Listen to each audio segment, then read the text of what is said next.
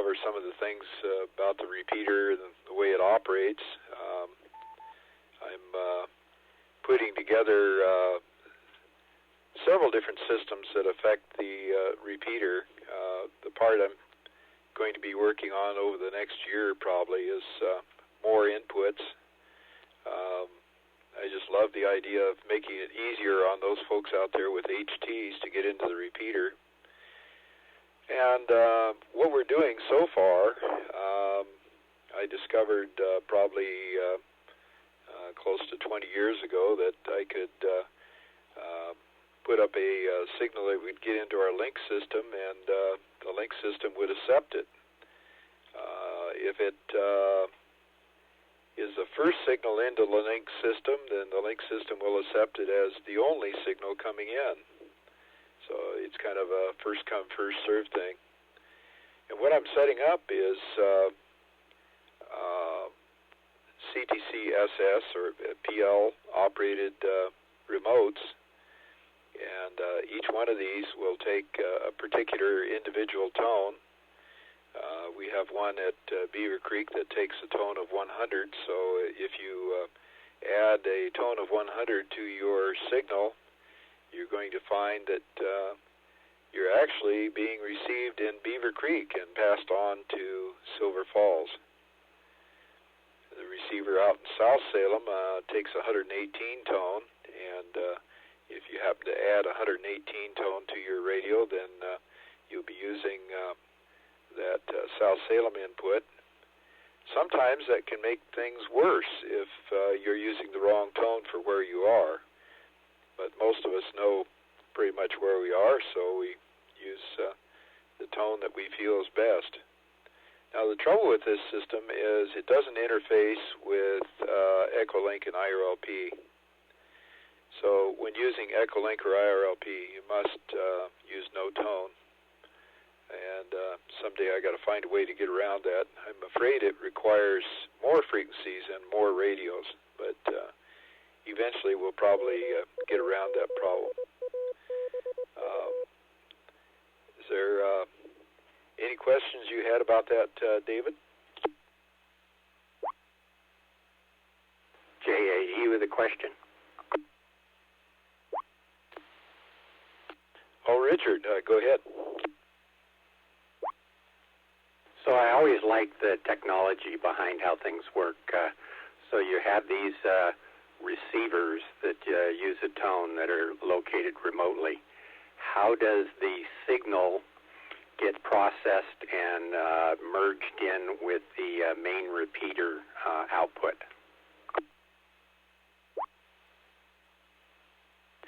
Well, actually, I have receivers picking up the link connections, and the receivers are directly connected to the controller, and this is a controller with many inputs.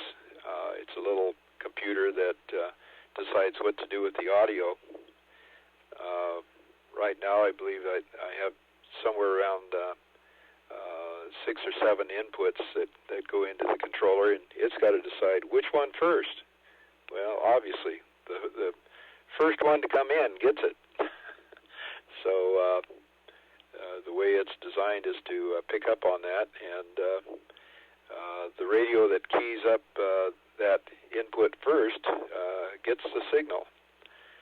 Now, technically, that's voting, but no voting system uses that technique, so I'm very hesitant to call it voting, but it is a type of voting. Voting is where you have multiple receivers and some sort of a signaling technique to decide which one to go into a circuit. And most of the voters for General Electric, which was the leader 20-some-odd years ago, that used pilot tones. I didn't want to get involved in something that complex. So soon after, with solid-state circuits getting so complex all the time, there's a circuit in one of the magazines that shows you how to use signal to noise. the receiver that presents the best signal to noise is picked out and sent on to go through the system. Also a very nice system, but it has so many quirks that I didn't want to get involved in that one. So, you might look up voting there, Richard, and put in the word radio in the search, because otherwise you're going to learn how to vote for the president, you know. But voting is quite a field when it comes to dealing with repeaters. And so you see why I picked the way I did there, Richard? Yeah, and I have a follow-up, if I may, Dan. Yeah, now this tone-operated system is not that rare, but the fact that the user decides which input he's going into means that you got to know how to use your radio quite a bit. Now that kind of assumes something on your part. I'm going to assume that you're an experienced operator and really know how to use your electronics. So I'm glad we have so many people that can manage to make that work. What was the next thing you were looking at there, Richard? Yeah, so the signal path, so you have these satellite receivers, and I understand that you're talking about putting up one or two more that use a tone. Once I talk to that receiver, how does that signal go from that receiver into the main repeater? Does it go through internet? Do you retransmit it directly to the repeater?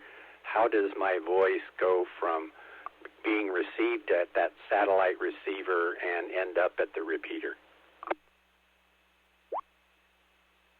Well, it's by radio, Richard. If it went through the internet, there'd be a 1/2 to 1 second delay, wouldn't there?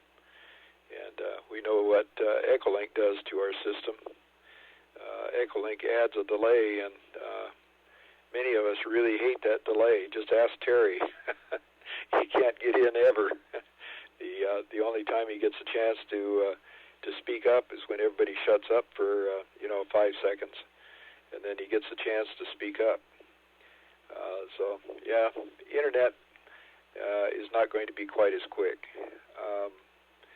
Now in our Wires X system, we're getting into a realm of something I haven't heard of from anybody else, and we'll find out what happens. We're going to be linking both Wires X and LAN, and we'll see what happens to delays on that one. But I don't think that anybody will be using both systems at the same moment, so I don't foresee any problems there. The new system of Echolink, the new system of Fusion involves the use of DPID codes, and the previous system for Wires X involved using specific codes that indicate a particular node. I think most of us are used to using the Wires X method, where you search for a particular call sign and save that and go back to that call sign whenever you want to connect to that particular location. But the new one is going to be dedicated to individual repeaters and interconnecting them using the internet. Much more like what you just imagined there, Richard. The individual radios of the repeater are going to be connected through the internet, and the audio will also be sent through the internet. And by selecting in particular codes on the internet system, you'll be able to select which radio you're going to. It's a very, very simple system to use, but not that simple to set up. We'll see if that works out better than my simple ideas here, Richard. RGM. Hello, Reiner. Good morning again. So on the linked receivers, they're not on 690, right, coming into the main repeater, are they? Or are they on they must be on a different frequency. Is that problematic with several of them, or how does that work? Well, you'd think so, but doubling occurs with any radio system. You know for a fact, even if we were using no tone at all, we're going to get doubles during nets. And I've heard it mentioned by one or two people that they feel very self-conscious when they double. That shouldn't be. For the most part, you can't do much to prevent doubling. You just happen to keep up at the same time somebody else did. And you shouldn't feel bad about it. And the remotes I'm talking about, it depends upon who keys up with a particular tone. If I key up with a 100 tone, it's going to go through the receiver at Beaver Creek, and all the other receivers will hear it, but they'll ignore it because it's not a 100 tone. The other remote receivers that I put in will only respond to the tone that is used at that location. So people using their HTs will be able to get into a receiver that's located closer to them. The idea is to cut down on the distance to the receiver and give you a little bit cleaner chance of getting into the repeater. When I get all these put in, I'm going to increase the actual signal, not the power, of the transmitter. And hopefully I'll be able to either inject a PL or totally turn off the receiver at Silver Falls.